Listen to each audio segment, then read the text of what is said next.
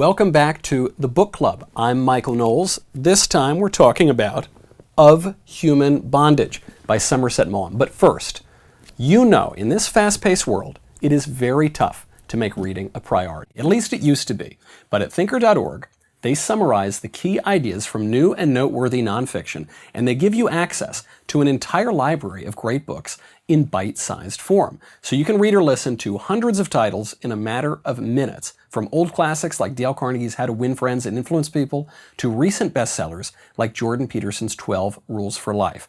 So if you want to challenge your preconceptions, or expand your horizons, or most important of all, sound smart at cocktail parties, then you gotta go to thinker.org. That is THINKR.org.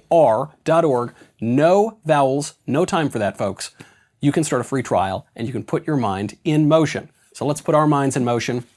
We're talking with the great sage from South Central, Larry Elder. When he suggested this book to me, I assumed it was the prequel to 50 Shades of Grey, Of Human Bondage.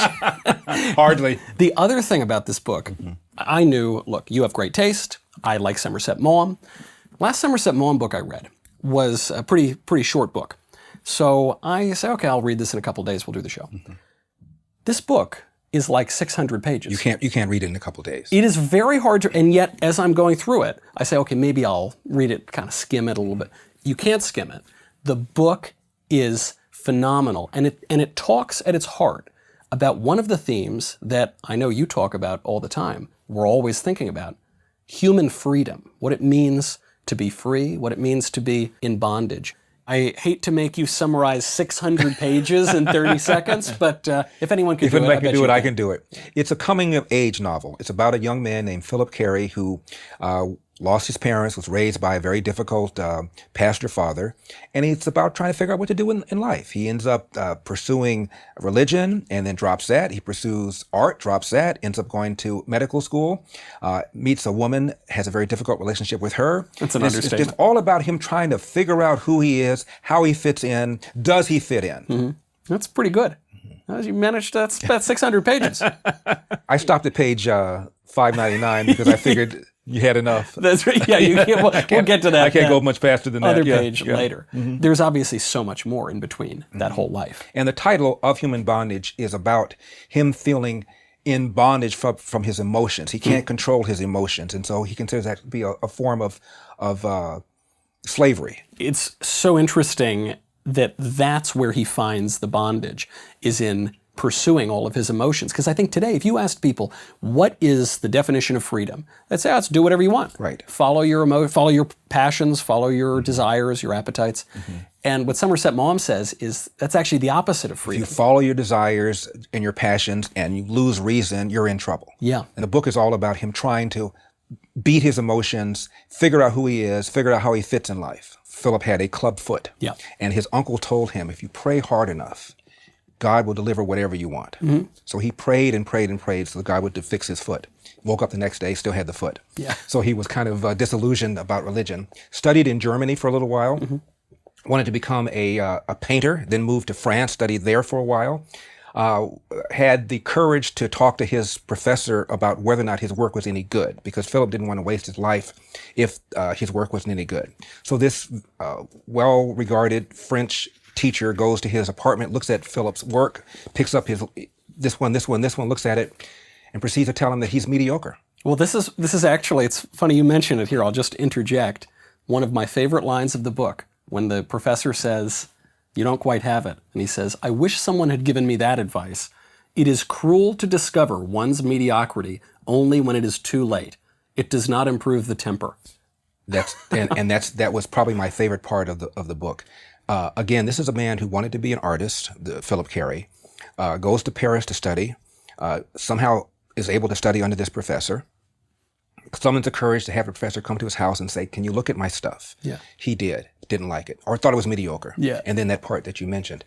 And he said to Phillip, who was destroyed, he said, look, do you have any means on your own? Are you financially independent? He goes, no. He said, so your subsistence depends upon your ability to sell your art. He said, yes. He said, there's nothing that hurts the soul more than the need for money. it isn't riches that one wants. It's to be comfortable, to be nice, not to be dependent upon somebody else. I only wish someone had given me the same advice when I was your age and that I had the courage to take it. So Philip leaves that profession and then he decides he wants to go to medical school. Goes to medical school. One of my other favorite parts of the book is when a senior nurse is taking him around. This was a mental institution where he was doing his interning. Yeah. And took him around to a ward and took him to a ward where people had tried to commit suicide. And he said to her, what is the primary reason that people commit suicide? And I thought for sure as I'm reading the book, it was going to be health problems. Wife left him for another man. Well, yeah, he says, the character Phillip says, I thought it was going to be for love. Yeah. But it's not for love. And she said, reversal of finances. That's why most people here try to kill themselves. And the thing that Somerset Maugham says in this novel is money is the sixth sense without which full use of the other five is not possible. And the reason I memorized that is because I liked the book so much, I then read an autobiography that he wrote called The Summing Up about his life. And when he wrote it, he was in his 50s. When he wrote of Human Bondage, he was 41. The man lived to be almost 91 years old. So he, in his 50s, wrote The Summing Up, probably assuming he wasn't going to live very long. He lived 40 more years. Right. And one of the many themes throughout The Summing Up is this very line. Money is the sixth sense without which full use of the other five is not possible. Because he always struggled in his life for money. It was a major theme of the book, not to be dependent upon other people, not to be bonded by the need to have just basic subsistence. Right. Philip also fell in love with a shop girl named Mildred, who a trollop. Jacked him over.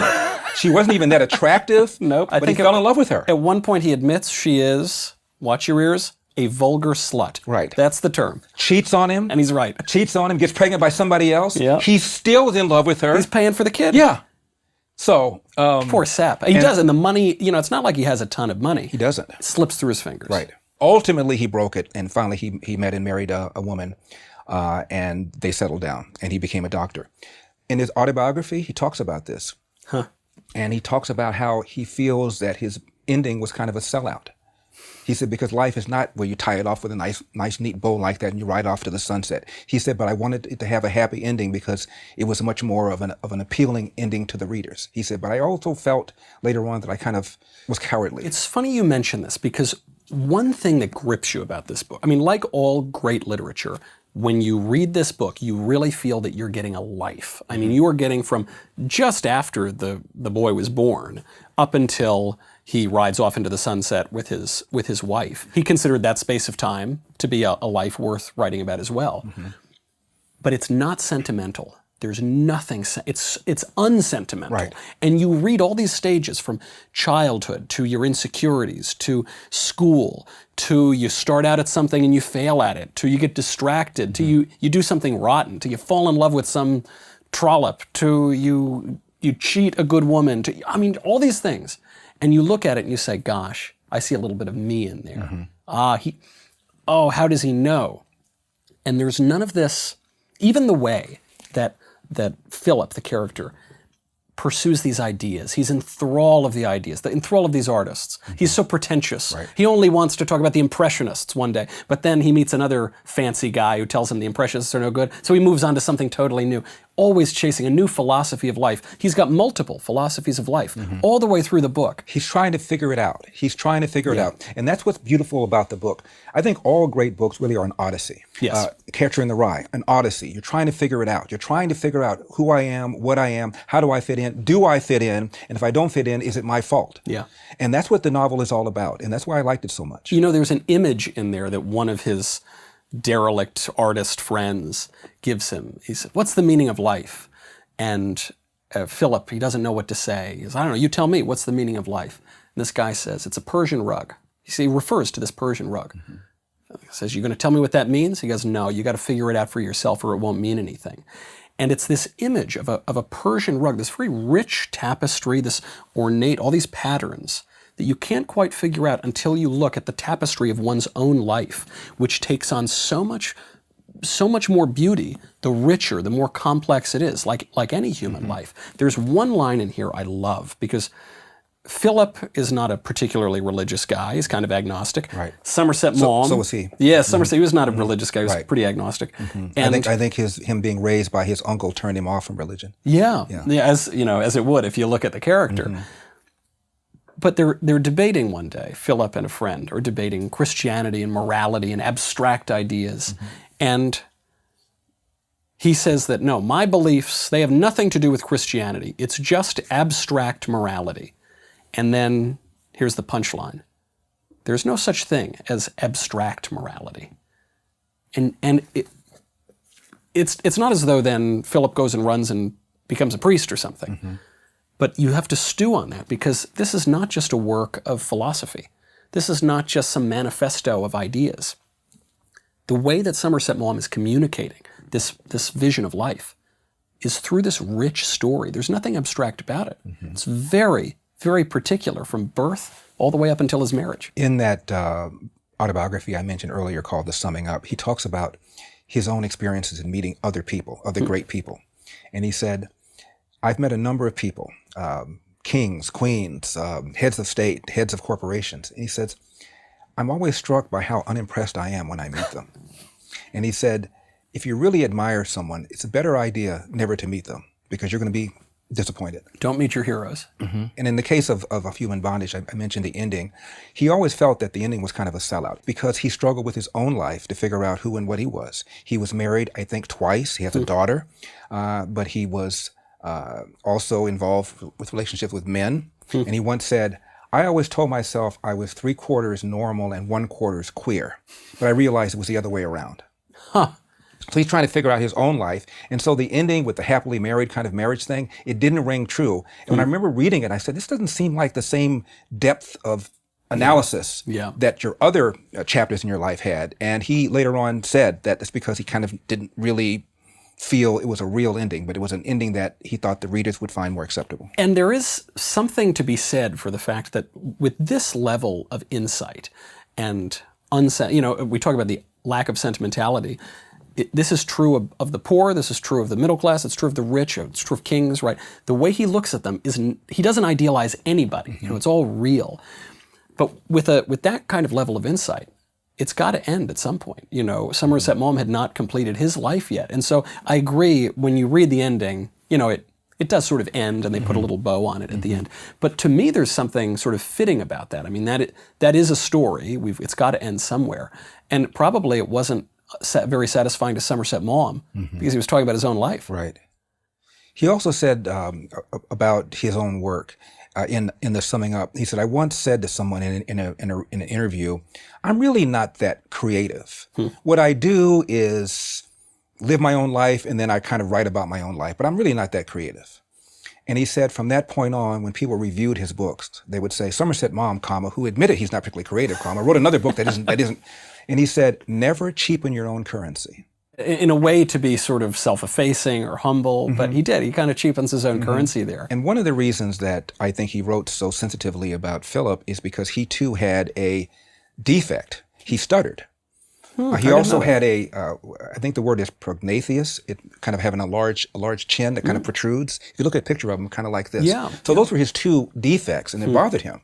And I'm sure when he was raised by his uncle in real life, he probably prayed to get rid of his jaw and get rid of his stutter, and he didn't get rid of either. And, I guess that wish is a key to the book, right? That wish of, I'm just praying. I was told if I have faith, then anything that I want to change will change, and yet I don't, so I guess I don't, it's not changing, so I guess I don't have sufficient faith. It ties into this question of the will, and this question of our freedom, and this question of what it is to be in bondage. And I think this book is such a great one to go back and read for the time that we're living in right now, because we have this big debate going on over what is freedom and what is slavery. There's a kind of modern idea of freedom. The freedom is just do whatever you want. Just go, follow whatever passions you have, follow whatever desires you have. But it's that very definition of freedom that Maugham seems to be describing as slavery. He struggled with fitting in. He struggled with how much he should concede to fit in. Yeah. He was, in real life, born in France. His father was a British diplomat working in France. And so Philip's first language was French. And when he finally moved back to London, he had a huge accent, and he was mocked and ridiculed. So he was ridiculed for his accent. He stuttered, and he felt like he didn't fit, like he didn't belong. And that's why he I think, wrote so sensitively about Philip Carey and all his problems. Right, because, he's got, you can see from the character, he's got a bit of a chip on his shoulder, going on throughout the book. And he is given to flights of fancy. So, he doesn't stick with any career. I mean, I suppose by the end of the book he does, but who knows? The book ends, so we don't even know what happens after that. He's going to take this kind of professional clerk job. Then he's going to be an artist. Then he's going to be a doctor. Then he's going to write. He can't figure it out. What is it about our passions that enslave us? When you read each and every scene, when Philip is in the throes of some passion, a passion of love, a passion of art, it seems as though he's pursuing his perfect freedom to go to France, his perfect freedom to follow this awful woman, Mildred. And only in retrospect does he realize, no, he isn't free at all unless he can tame those passions. Well, Michael, the book is about what is the meaning of life. I mean, what is it? Why am I here? What should I be doing? How do I fit in? How do I relate? And it's a struggle. And I think by the end of it, he still hasn't figured it out. He figured it out in the book, but in real life, he still didn't figure it out. I mean, it's, again, what makes, I think, all great literature great, the struggle. I read the book when I was almost 30 years old. Oh, so this was not something you read in high school? No, this is a long time ago, but I read it almost when I was 30 years old. I was 30 when I read it too, which was about 2 days ago. 2 days ago. And I loved it, and I told my mom about it. And my mom picks it up, and she reads the whole thing. And we began talking about it. And to inspire your mother to read a book like this, as complicated as it is, as involved as it is quite something. And once people pick this thing up, even as long as it is, and it's not difficult to read, he's a good, fluid writer, vivid characters, especially Mildred, and I think people are going to really enjoy it. This is what's so great about him, and this is his greatest work of Human Bondage, is every time you think you've nailed him down, kind of like the character Philip, every time you think you've put him in a corner, he jumps out. He can't. So he'll write in a really heartbreaking way about the pangs of love and failure and multiple failures. And you think you've got him there. And then he'll have some line that is so cutting, so funny, so biting that you say, oh, okay, we're back in a sort of comedy now. You don't know whether you want to cry with Philip or laugh at Philip. And the point that he keeps coming back to also, when we're talking about this big theme, bondage, freedom, is the uselessness of it all. What's the point? He says people are living pointless lives. They're dying pointlessly. The world would have been no different had they ever lived. And this seems to disgust him early on. And yet he seems to accept that. Later, he actually has this line. He says, of all the great heroes and dramas pursuing our wills, it had never occurred to him that being born, going to school, getting a job, settling down with a family, and living a fine life might be just about the perfect way to do it. Right. We think so deeply about things sometimes. And we make them more complicated than they need to be. And I think that's what he was figuring out. Ultimately, it's about, can you figure out a place where you're calm, where you're relaxed, where you feel you've made a contribution? And I think he felt that near the end. And you see the stories, too, that we tell ourselves. I remember in college, I took this writing course, and the essay, or the kind of exercise that we did, was write a 5-page autobiography. And the things you put in and the things you left out would tell you a lot about where you were at the time. And the professor said, people should do this every 5 years and see how different the stories become. And with such a broad, wide-ranging novel as this, by the time you get to the end, you kind of forget about what was happening in the beginning. And Somerset Maugham writes this way. Philip says, oh, who was that friend of mine at school? We got 5 chapters about that friend. I forget his name now. His name slips my mind. That one's life and these seemingly pointless, often failed attempts to do something, to craft something, create a totally unexpected tapestry by the end, in which you might find some meaning, or you might not find some meaning. He doesn't leave you with a conclusion. You don't close the book and say, all right, go forth, Christian soldier. That's the reader's job. So I think the fact that I read this when I was older, 30 years old, as opposed to a teenager, gave it much more meaning. I might have found it even boring when I was a teenager if it had been assigned. Right. But it depends on who you are, what you bring to the book, where you are in life, what things you're worried about. All those things go into the experience a reader has when a reader is reading a novel. And our understanding, too, of our own constraints and our own freedom. Right. It changes, just as Phillip's does, throughout life. So when you're a little kid with a club foot and you can't do very much, you have a certain sense of your constraints. Right. Then you're in school, you're in college, you're out of college, you're in your first job, but maybe you're not doing great. Maybe you are. You're chasing some crazy woman. You're getting married. All of those steps give us a little bit more of an insight on something like freedom, on something like bondage. You can't narrow down some big idea like that into just an abstract manifesto. Here's a one-line definition. So what Somerset Maugham is showing us is, no, it's much more complex than that. And the more you see it, the more you learn about it, probably the less you'll be able to simplify it. And he's written a lot of stuff. He's written plays, he's written other novels, short stories. And generally speaking, even the most well-read person will know maybe that book and maybe one other thing he's done. Right. So I wonder what he would have said about his own life. All the stuff he's written, but the thing that people remember is this one right here, not anything else, anything before or after.